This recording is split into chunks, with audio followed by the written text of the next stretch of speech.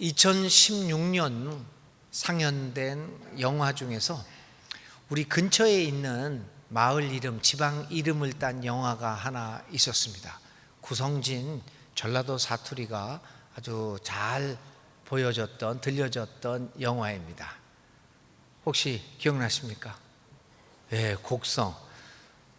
예, 곡성이죠. 이 곡성이라는 영화는 저도 한 2번, 3번 봤는데 잘 이해를 못했습니다. 이 곡성이라는 영화는 이렇게 시작됩니다. 한 외지인이 어떤 마을에 들어오게 되는데 이 외지인이 들어온 이후부터 이상한 일들이 연속적으로 발생을 하게 됩니다. 그렇게 해서 이제 영화가 시작됩니다. 이 곡성이라는 영화를 오늘 처음 얘기되는 것은 이 내용을 얘기하고자 하는 것은 아닙니다.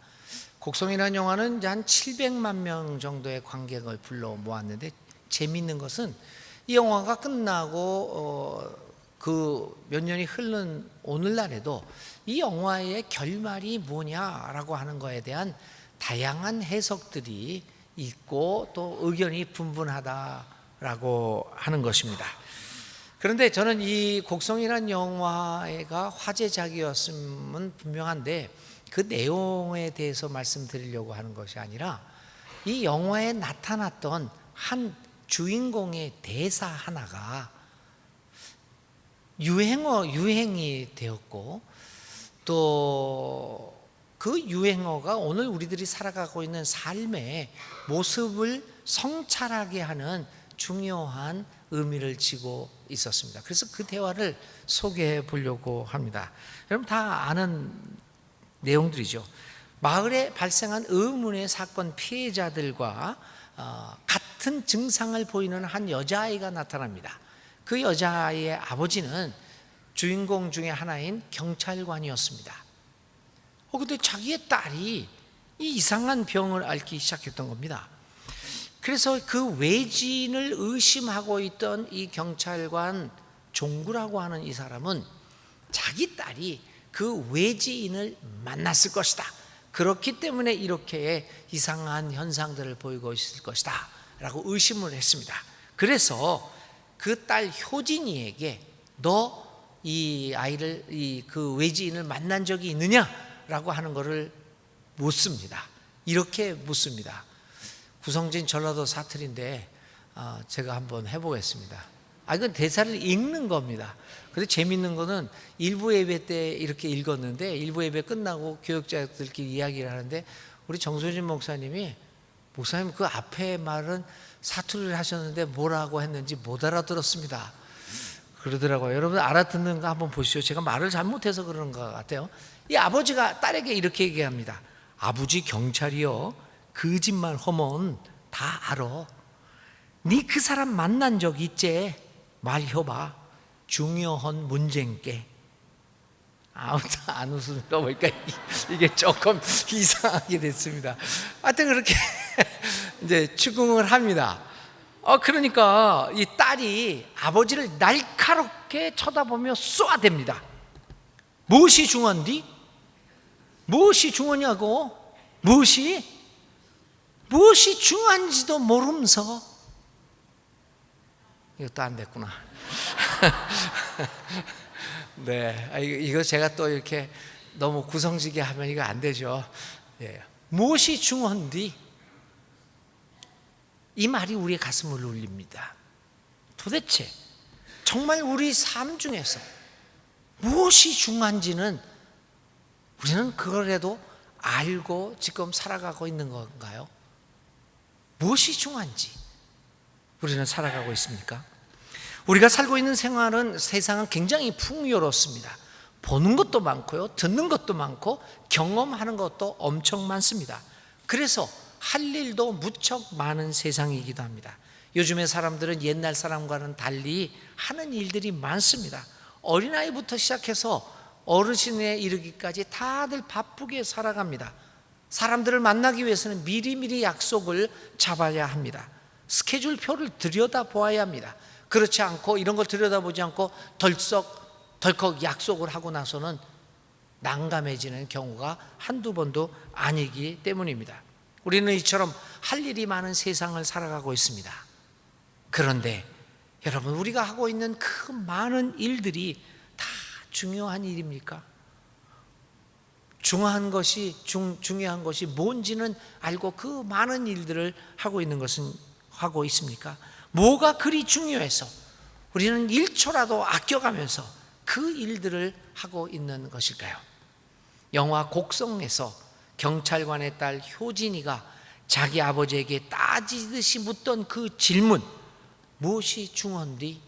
무엇이 중요한지도 모르면서, 이 말이 오늘 우리들의 마음을 파고듭니다. 정말 무슨 일이 그리 중요해서 우리는 형제도 자매도 사랑도 낭만도 잊어버리고 이렇게 동분서주하고 하면서 살아가고 있는 것일까요?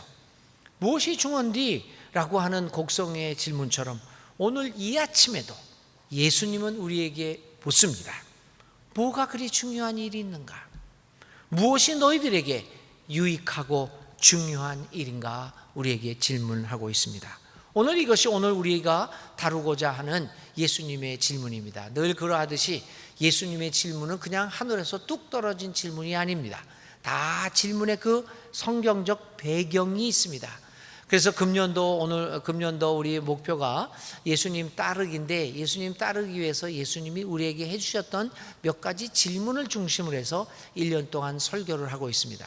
매주 이 예수님의 질문에서 이야기할 때 여러분들에게 왜 이런 질문이 생기게 되었는가라고 하는 배경을 설명하고 있습니다. 오늘도 배경 설명부터 시작합니다. 예수님께서 제자들에게 이런 말을 합니다. 내가 이제 곧 십자가에서 고난을 받고 죽어야 한다. 그리고 3일 후에 부활할 것이다.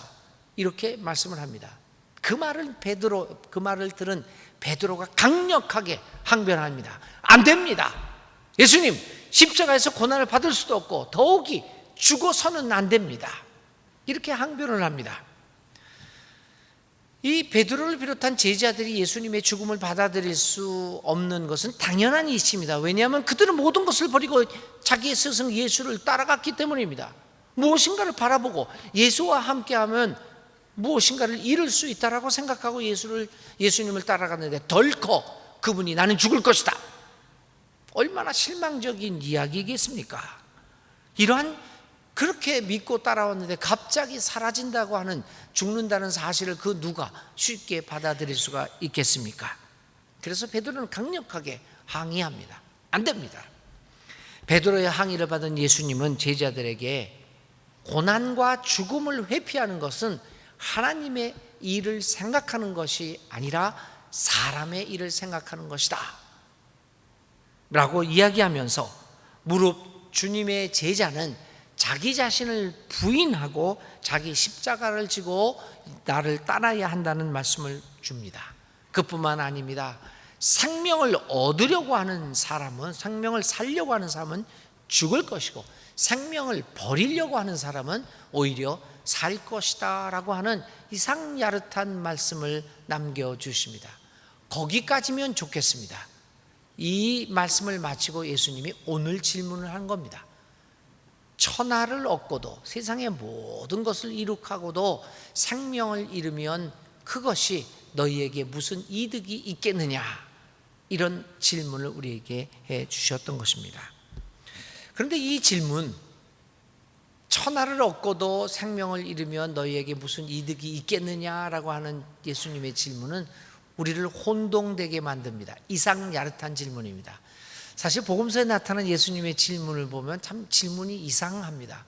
우리를 당황하게 만들고 당혹스럽게 만드는 질문입니다. 이 질문도 마찬가지입니다. 자, 보십시오. 너희들이 내 제자가 되려면 다 버려야 한다. 자기 십자가를 지고 자기를 부인해야 된다. 너의 생명까지도 버려야 한다. 그래야 내 제자가 될 수 있다라고 말씀하십니다. 그러니까 생명을 버리라고 얘기합니다.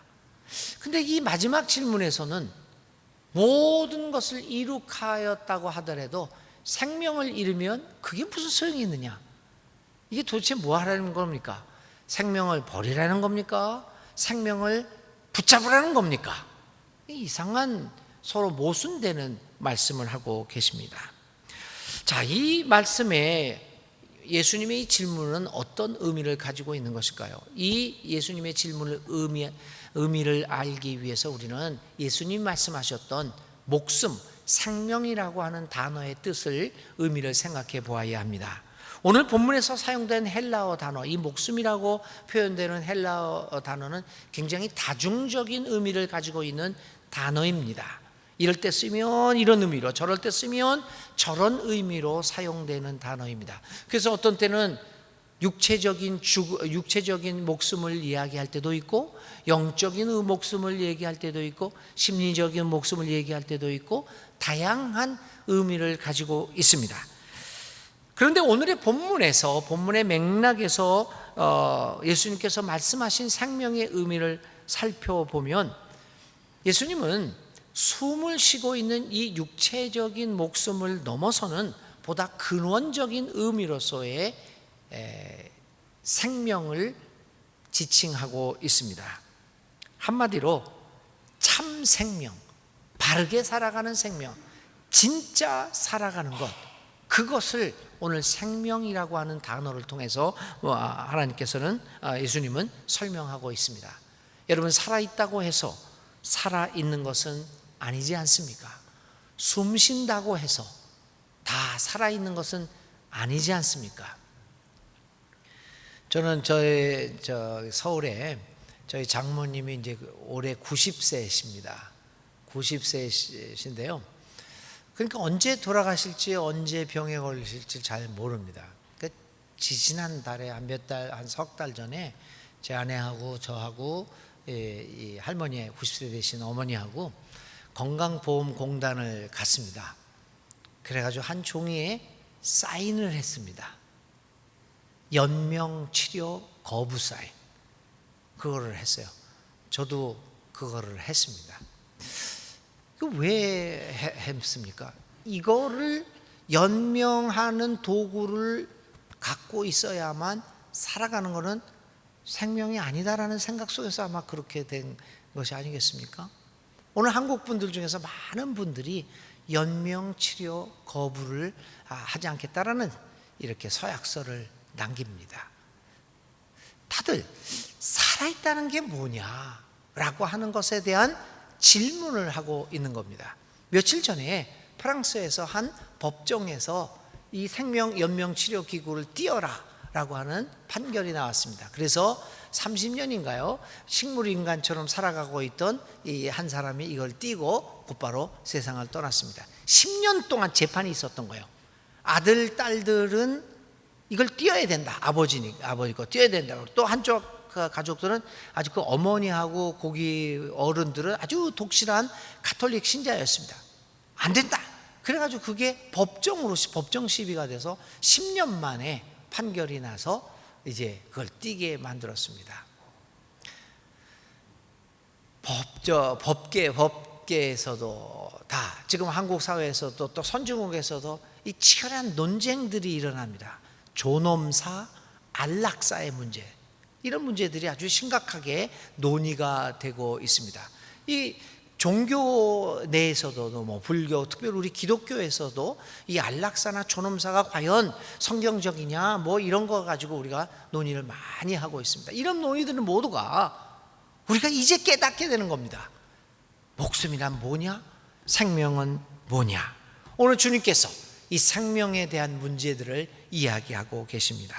그 예수님께서는 말씀하고자 하는 생명의 의미는 하나님의 나라와 또한 그리스도의 복음과 연결되어 있는 그것이 진실된 생명이라고 이야기하고 있다는 겁니다. 그 생명이 하나님 나라와 그의 복음에 연결되어져 있을 때 그 목숨은 진정한 의미를 갖게 되는 것입니다. 이러한 의미로 목숨을 이해하게 될 때, 참된 생명이라는 의미로 이해하게 될 때 오늘의 본문의 뜻이 깨닫게 됩니다. 예수님은 목숨을 얻고자 하는 사람은 목숨을 잃게 된다고 말씀하십니다. 예수님이 말씀하시고자 하는 의도는 분명한 것 같습니다. 하나님 나라와 그의 복음과 연결되지 않은 채 아무리 많이 오래 살고 하려고 해도 그의 삶은 결국 헛된 것이 될 것이라는 의미입니다. 진정한 의미에서 그것은 살아가는 것이 아니라고 이야기하고 있는 것입니다. 요즘 우리들의 삶은 하나님, 신의 존재가 필요 없다고 느껴지는 삶입니다. 오늘 우리의 삶들은 아주 풍요로운 가운데서 구태여 하나님에 대해서 신에 대해서 신을 의존하며 살아갈 이유를 발견하지 못하는 사회가 오늘 우리들이 살아가고 있는 사회입니다. 수년 전에 이스라엘의 예루살렘 대학 히브리 대학의 역사 철학자 유발 하랄이라고 하는 40대 후반에 있는 학자가 있습니다. 그가 여러 책을 써서 세계 학계에 충격을 던졌는데 우리나라 말로 번역된 것도 제가 알기로는 한 3권이 있습니다. 호모 사피엔스라는 책이요, 생각하는 지능이 있는 인간. 그 다음에 나온 책들이 호모 데우스라는 책이 있습니다. 호모는 인간이라는 뜻이고 데우스는 신이라는 뜻이죠. 그래서 신인간, 인간신 아니면 신이 되어버린 인간, 이렇게 번역을 할 수도 있습니다. 유발 하라리가 이렇게 얘기를 합니다. 굉장히 두꺼운 책인데 요약하면 이렇습니다. 인간이 신을 필요로 했던 시대가 있었다. 그런데 그것은 크게 3가지 이유였다. 첫째, 제 얘기가 아닙니다. 유발 하라리의 얘기입니다. 첫 번째는 건강과 목숨에 관한 이야기다. 병에 걸리면 치료가 안 되니까 신에게 제물도 바치고 기도도 하고 병 나아달라고, 치유의 이적을 해달라고 기도를 했습니다. 그래서 신이 필요했습니다. 두 번째는 배고픔입니다. 경제적 문제입니다. 아니 벼가 익어야 되는데 벼가 자라야 되는데 이 비도 안 오고 막 그럽니다. 그럼 또 기우제를 드립니다. 이게 배고픔의 문제가 해결이 안 되니까요. 그래서 그럽니다. 세 번째, 전쟁과 평화의 문제입니다. 저쪽 나라하고 싸웁니다. 저쪽 부족하고 싸웁니다. 내가 이겨야 우리 마을에 평화가 있습니다. 전쟁을 어떻게 이깁니까? 그 사람이나 나나 무기가 비슷한데. 그러니까 또 신에게 호소합니다. 그래서 옛날에 고대의 전쟁은 신들의 전쟁이라는 이름이 붙을 정도입니다. 우리의 신이여 나를 이기게 해 주십시오. 네, 신에게 호소합니다. 유발 하라리는 이런 시대가, 이런 의미에서 신을 필요로 하는 시대는 지나갔다. 병, 이제는 생명공학, 유전공학 별별 거 다 해가지고 병 치료를 합니다. 우리가 120년 평균 수명을 기대하는 것도 무엇 때문에, 어떻게 해서 기대할 수 있겠습니까? 과학의 발전입니다. 의학의 발전입니다. 음식이 좋아졌습니다. 저는 지금 기도하고 바라고 있는 것이 빨리 췌장이 나왔으면 좋겠다. 제가 당뇨를 앓고 있으니까 췌장을 빨리 이식해서 새 것을 하면 인슐린이 펑펑 나와가지고 다 그렇습니다. 신을 병 치료하는데 신이 옛날처럼 그리 필요하지 않은 시대가 되었다. 배고픔의 문제도 마찬가지입니다. 지금 식량이 모자랍니까? 아닙니다. 분배의 문제 때문에 배고픈 것이죠. 그러니까 사람들은 신에게 그거를 호소하는 것이 아니라 어떻게 하면 경제와 정책 같은 것으로 해서 이 불편한 이 빈부 차이들을 줄이고 우리 같이 먹고 살게 할 수 있을 것인가, 그것을 생각합니다. 문재인 정부의 소득주도 성장이라든지, 그리고 최근에 나와서는 저도 거기에 이제 참여해서 학술 발표, 논문도 발표하고 지난달에 가서 그랬습니다. 기본소득의 문제, 이런 문제들이 아주 진지하게 등장을 하고 있습니다. 이런 것들이 신에게 호소하는 것이 아니라 경제정책, 정책으로 인해서 이 배고픔의 문제를 해결을 합니다. 전쟁? 신에게 호소하지 않습니다. 핵무기를 가지면 됩니다. 그래서 북한이 그렇게 핵무기에 전념한 건 아닙니까? 이게 3가지 문제, 건강, 경제, 전쟁, 이 문제가 신이 필요 없는 시대가 되었던 거죠. 그래서 유발 하라리는 이렇게 얘기를 하는 거예요. 그 책에서 이제 종교가 건강, 무슨 돈 문제, 전쟁 문제, 그거 얘기해서는 사람들한테 의미가 없다. 다른 의미를 주어야 된다. 그 종교도 이제 새로운 이 의미를 찾아야 된다. 그런데 아직도 이 종교가 건강하고 돈 벌게 해주고 그다음에 전쟁에 이기게 해주고 이런 걸 하니까 사람들이 종교에서 점점 멀어진다, 이런 얘기까지가 나오는 거죠. 하여간 사람들은 이제 신을 필요로 하지 않고 있는 시대가 되었습니다. 하나님의 나라와 가치관에 대하여 말하는 것은 우리 인생을 복잡하게 만드는 것이라는 생각을 하게 되었습니다. 하나님의 나라에 대한 이야기는 사라지고 말았습니다. 오늘 이러한 사회에서 오늘 예수님은 우리에게 말씀하시는 것입니다. 야, 신이 필요 없다, 하나님 필요 없다, 하나님의 나라가 필요 없다.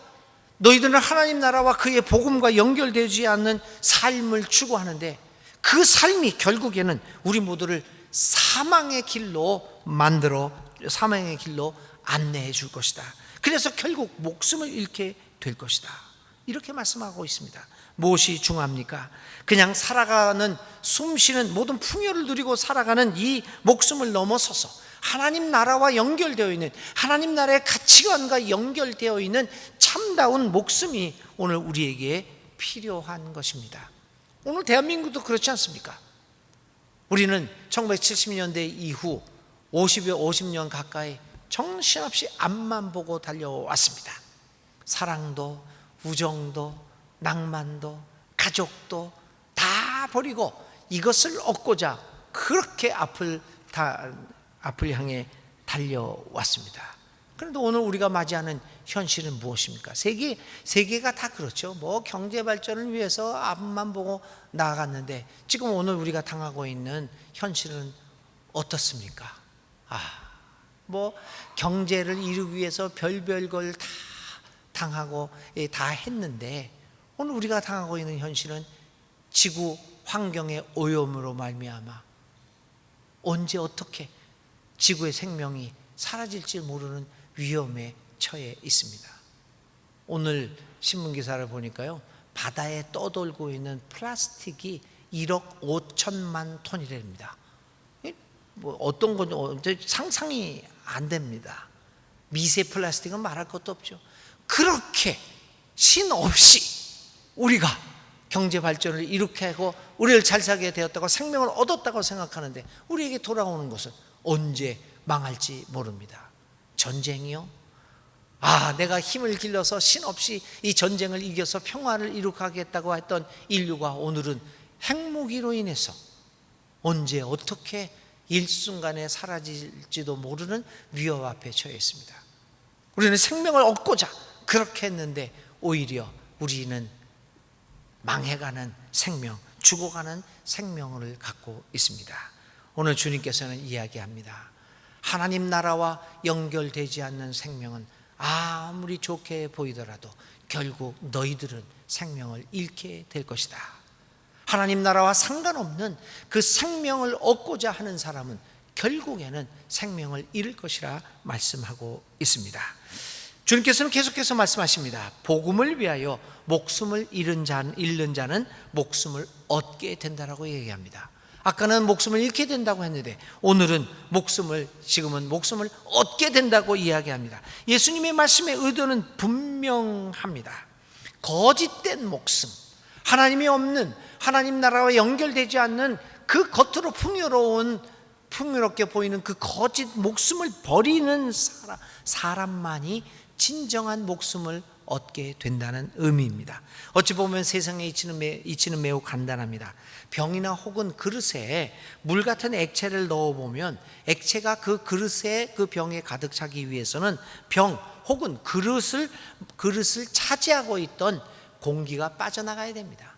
그렇게 하면서 그 물이 채워집니다. 공기가 가득 차 있는데 그것을 무시하고 물이 들어갈 수 없습니다. 한 공간을 두 물질이 동시에 차지할 수 없는 것이 우리가 알고 있는 삶의 간단한 이치입니다. 목숨도 마찬가지입니다. 만일 내가 나의 삶에 거짓 목숨이 가득 차 있다면 진정한 생명은 결코 들어올 수 없습니다. 그렇다면 이 진정한 목숨을 얻기 위해서 우리가 할 수 있는 일은 오직 한 가지입니다. 나의 삶을 가득 채우고 있는, 나의 삶을 지배하고 있는 거짓 생명을 버려야 합니다. 오늘 우리들을 유혹하고 우리들을 현혹시키고 있는 이 거짓 생명들을 몰아내야 합니다. 그렇지 않고서 진정한 생명이 우리의 삶을 차지할 방법은 없습니다. 오늘 예수님이 말씀하시고자 하는 내용이 바로 이것입니다. 거짓 생명을 버려야 진정한 생명을 가질 수 있다는 것입니다. 거짓 생명이 죽지 아니하면 진정한 생명이 들어올 수 없다는 것입니다. 그렇다면 이 거짓 생명을 버리고 진정한 생명을 채울 수 있는 사람들은 누구입니까? 생명의 가치를 제대로 인식하고 있는 사람들입니다. 목숨의 가치를 인정하는 사람만이 거짓 생명을 버리고 진정한 생명으로 자신의 삶을 채울 수 있을 것입니다. 그래서 예수님이 이렇게 말씀하신 겁니다. 사람이 온 세상을 얻고도 제 목숨을 잃으면 무슨 이득이 있겠느냐. 주님은 분명히 가르쳐주고 있습니다. 삶에 있어서 무엇이 중요한가를 결정하라는 말씀입니다. 모든 것을 얻고도 생명의 주인이시며 창조자이신 하나님과 관계가 없다면 그 모든 것은 다 허무한 것이 됩니다. 무엇이 소중한 것을 아는 사람은 무엇을 포기해야 하는 것을 알게 됩니다. 그 어떤 것보다도 하나님 나라와 복음을 기반으로 하는 진정한 생명이 중요하다는 사실을 깨닫고 그 목숨을 얻고자 할 때 우리는 비로소 나의 삶을 가득 채우고 있는 이 거짓 생명들을 버릴 수 있게 됩니다. 너희에게 무엇이 유익하냐라고 하는 주님의 질문에 제대로 답변하는 사람은 예수님의 십자가에서 고난과 죽음과 그 후에 있은 부활의 사건을 비로소 이해하게 될 것입니다. 진정한 생명을 얻기 위하여 과감히 거짓 목숨을 버리는 예수님의 모습이, 그 삶이 이해가 됩니다. 사랑하는 교우 여러분, 오늘 나에게 가장 소중한 것으로 다가오는 것은 무엇입니까? 예수님을 믿고 따르는 것, 하나님 나라의 가치관을 우리의 삶 속에서 실현하면서 오늘 우리의 삶을 정의와 평화와 화해와 생명이 넘치는 삶으로 만들어가는 것이 우리에게 소중한 과제로 다가오고 있는 것입니까? 과연 우리에게 무엇이 가장 소중하고 유익한 것일까요? 오늘 우리 교육감님이 이렇게 오셨는데, 우리나라의 교육을 맡고 있는, 저는 뭐 교육에 대한 전문가는 아닙니다만 교육감님도 오셨지만요, 참 우리 교육이 어떤 인간을 만들어 놔야 될까? 오늘의 예수님의 말씀에 비추어서 보면 정말 진정한 생명을 사랑하는 인간들을 만들어내는 것이 진정한 교육이 아니겠습니까? 조금 지식이 부족하더라도, 조금 기능이 떨어진다고 할지라도 그가 진정한 생명을 사랑하는 인간이라고 한다면 그 교육을 통해서 오늘 우리가 살아가는 세상이 좀 더 행복하고 서로가 함께 평화를 누리며 살아가는 이런 사회가 되지 않겠습니까? 오늘 예수님은 교육계나 정치계나 모든 이러한 우리 사회를 이끌어가는 사람들에게 질문을 할지도 모릅니다. 무엇이 더 소중한 것인가? 너희들은 무엇을 하고자 하는 것인가? 이렇게 우리에게 질문을 할 것입니다. 과연 우리에게 무엇이 가장 이득이 되며 소중한 것으로 다가옵니까? 이 질문에 제대로 답변하는 사람만이 진정한 의미에서 하나님 나라의 행복을 누리게 될 것입니다. 이 질문에 대하여 제대로 답변하는 사람들은 어떤 삶의 환경 속에서도 진정한 생명을 회복하게 될 것입니다. 이 질문에 올바른 답변을 하는 사람들은 무엇보다도 우리 생애의 가장 깊은 문제가 해결되고 회복되어질 것입니다. 우리에게 무엇이 가장 소중합니까? 오늘 예수님은 이 아침에 우리에게 묻습니다. 오늘 이 아침에 영화 속의 주인공이 한 질문과 예수님의 질문이 연결되어서 오늘 우리들에게 다가옵니다. 무엇이 중헌디? 사람이 온 세상을 얻고도 제 목숨을 잃으면 무슨 이득이 있겠습니까? 7월 16일 이번 주 화요일 날 우리 교회 재판국에서 판결을 내린다고 합니다. 수년 동안 우리 교회를 흔들어 놓았던 명성교회 세습 사건 아직도 해결되지 않고 있습니다. 우리 통합주 교회가 그것 때문에 뭐 말도 못합니다. 흔들하고. 그것뿐이니까 우리 교계가, 우리 통합뿐만 아니라 이 기독교회가 사회에서 지탄을 받고 이 흔들거립니다. 이제 겨우 뭐 이번 주 화요일 날 판결을 한다고 합니다. 여러 가지 가능성이 있습니다. 재판 연기가 될 수도 있고, 명성교회 손을 들어줄 수도 있고, 그것이 불법이라고 올바른 그 법에 의한 판결을 할 수도 있고, 뭐 여러 가지 그 가능성이 나오는데요. 만일 그들이 그렇게 넘어가서 저쪽을 그게 합법이다 이렇게 해가지고 판결을 내렸다고 생각해 봅시다. 명성교회 자신들이 가지고 있는 수억의, 아니 수억이 아니죠, 뭐 수백억 수천억의 재산을 얻게 될지도 모르겠습니다. 자신들의 교회는 얻을 수도 있을지 모르겠습니다. 그런데 그것을 얻고 만일 예수님 안에서 만나는 그 새로운 생명, 그것을 잃어버렸다면 그 수백억 수천억을 얻은 것이 무슨 이득이 있겠습니까? 오늘 우리들의 삶도 그렇습니다. 많은 것을 얻는다고 하더라도 진정 가장 중요한 생명, 예수님 안에서 우리가 예수님 안에서만 오직 만날 수 있는 그 생명을 잃어버렸다면 여러분들이 얻은 천하는 여러분들에게 무슨 이익을 줄 수 있겠습니까? 온 천하를 얻고도 생명을 잃으면 무슨 이득이 너희에게 있겠느냐? 이 예수님의 질문에 각자 믿음으로 답변하는 여러분들 되시기를, 그래서 올바른 답변을 통해서 예수님 안에서의 진정한 생명의 행복을 만끽하며 살아가는 우리 교우들이 다 될 수 있기를 주님의 이름으로 축원드립니다.